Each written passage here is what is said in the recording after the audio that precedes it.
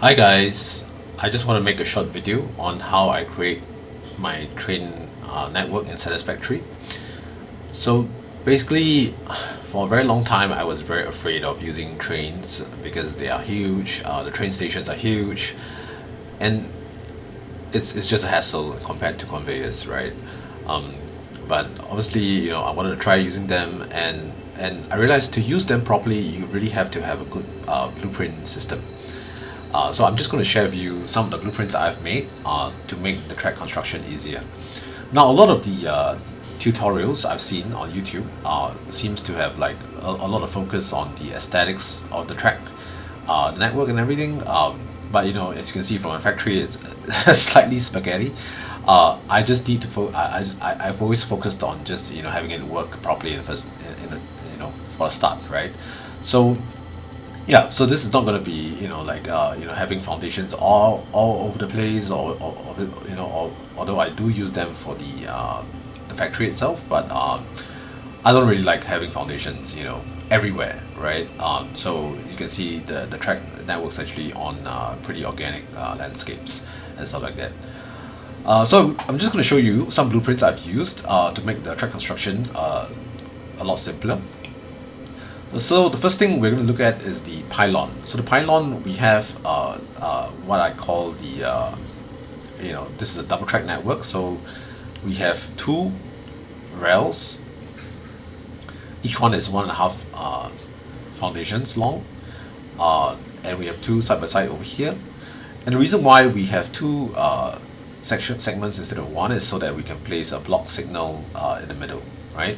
So signals are important because if you want to have multiple trains, you need to have multiple signals. But we go into more into that later. And you can see the rest of it is basically just concrete blocks. I've used the big pillar because it is I just like the aesthetic of this. But obviously you can use anything you like because as long as they're kind of elevated. And the reason why I use these to be 4 blocks high is because when they run across your factory, you want to have a bit of clearance so that your factory, your trains do not cut into the path of your conveyors, your other buildings and stuff like that. And 4 blocks high is I feel is a pretty good height because you can place things like the industrial fluid buffer below it pretty easily. You can also fit things like the one of the most important is a double constructor. You use constructors a lot in the factory, and I think there are a lot of places where double constructors are required, and having double constructor be this high, and you can see that the track will easily clear the height of a double constructor like this. So yeah, it's pretty good height. Obviously you can make them higher if you want, it can be lower if you want, but I realized that this is good height for me. Any higher, you will not see much of the landscape when you're driving a train, which is it's a compromise, right? So how do you use a pylon like this? It's very easy. You first of all just place one of them on the landscape like this. Once you have them set up, and then you place another one further in front. You can connect them up and with a track like this.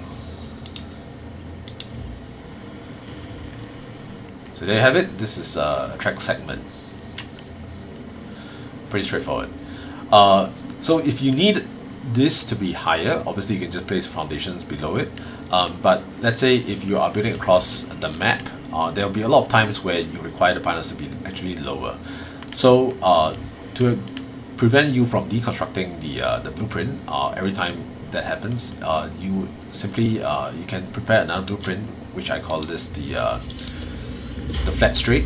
It's basically the same as the pylon, except it doesn't have any supports, right? So it's just flat on the ground like this. And with this one, you can place it in the landscape like this, and then if you need any kind of height, you can add 1 or 2 foundation blocks, and then you can place it on top of those things.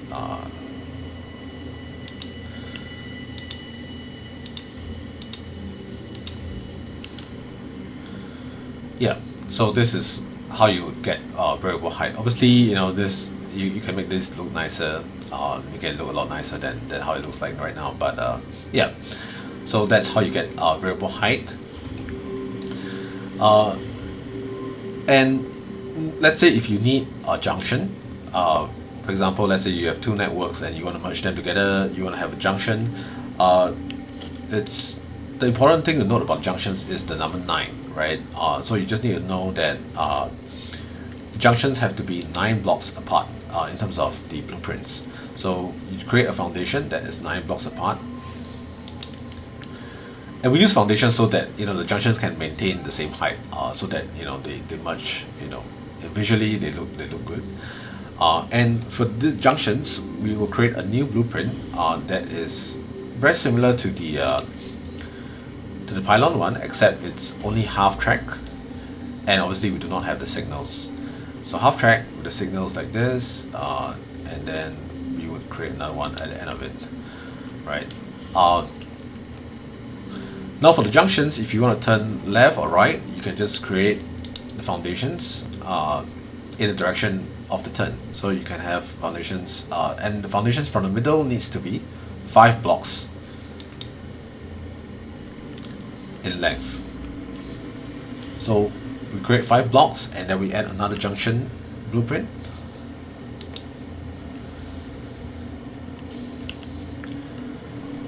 Now with the junction blueprint added, you can just connect up the tracks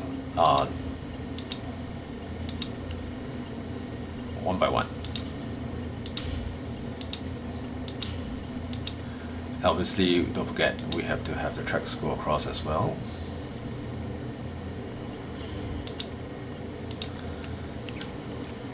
Like this, right? So this is a basic T-junction for a double track network. Now if you want to have a cross junction, very simple, you can just have the foundation again going out from the middle here, extend another 5 blocks out, and then you have another junction blueprint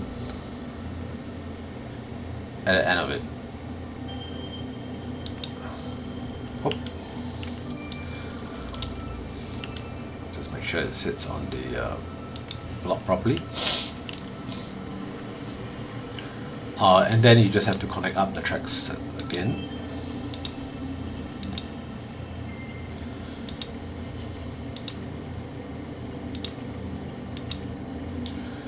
Don't forget to connect them across. And there you have it. This is a cross junction, right? So for signaling, to have automated trains run on these, you would have to remember the rule is to have path signals going into the junction and block signals exiting the junction, right? So when we say going into the junction, so remember we said this is the signals like over here. This is a right-hand drive train network, meaning that the train on the right goes forward, and the train on the left rail comes towards you.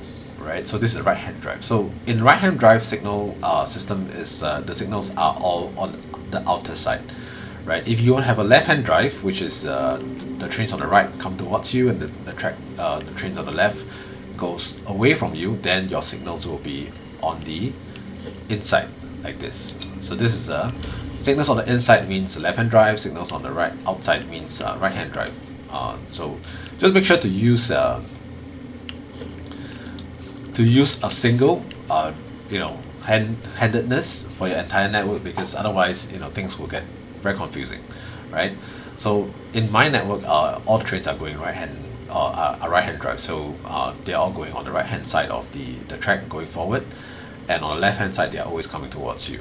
So similarly, on the junctions, we would place the signals on the outside, right? So the golden rule is, as we mentioned, path signals going into the junction and block signals at the end of the junction. So path signals going in, sorry, this is a block signal, let me just remove that.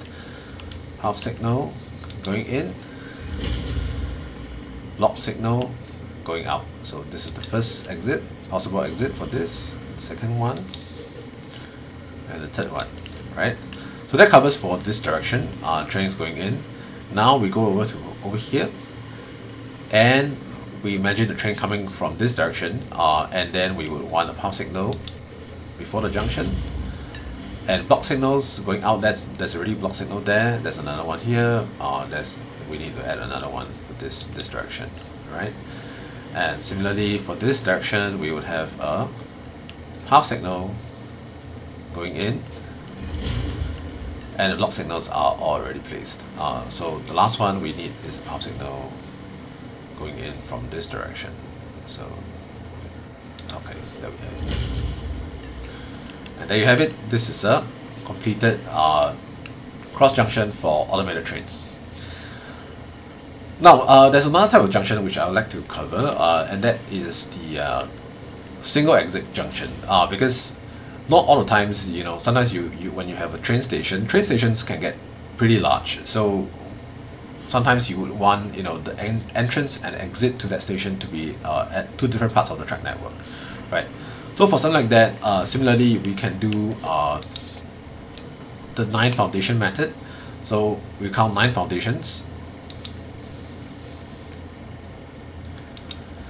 right? And then we will place, this time you don't have to use the junction blueprint. You can use the normal track blueprint, normal pylon blueprint. So we will have one over here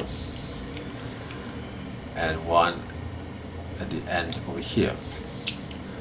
Now let's say if I want to have an offshoot that comes into this direction, right, to the left, sorry, to the right, we would use similarly the same thing, 5 blocks to the right. Let me just connect up these tracks first. Okay, so we have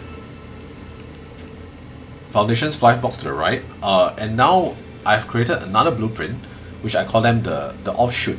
So there's a single track, and it can be either going in or coming out, right? And obviously you would have the going in one, connect to the before the train station, and the one coming out one after the train station. So it's like a proper loop. And then depending on the track, you can just have it as going in or coming out, right? So let's say if we are going in, just imagine this is right hand drive, so trains will be coming from this direction, and then they will come in, and then they would connect to this rail offshoot.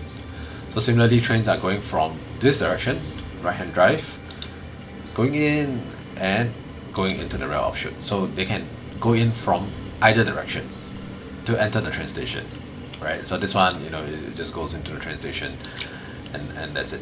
So imagine now coming out. So let's say this rail offshoot is coming out from a station, leading out from a station. Then you will connect the tracks going out this way. So going out, okay, and going out the other way. So now you have the trains going out, leaving a station, be able to leave, the double track network in either direction, right? Yeah, so there you have it. This is the the simple blueprints for track construction. Hopefully this helps in making your own rail network in Satisfactory.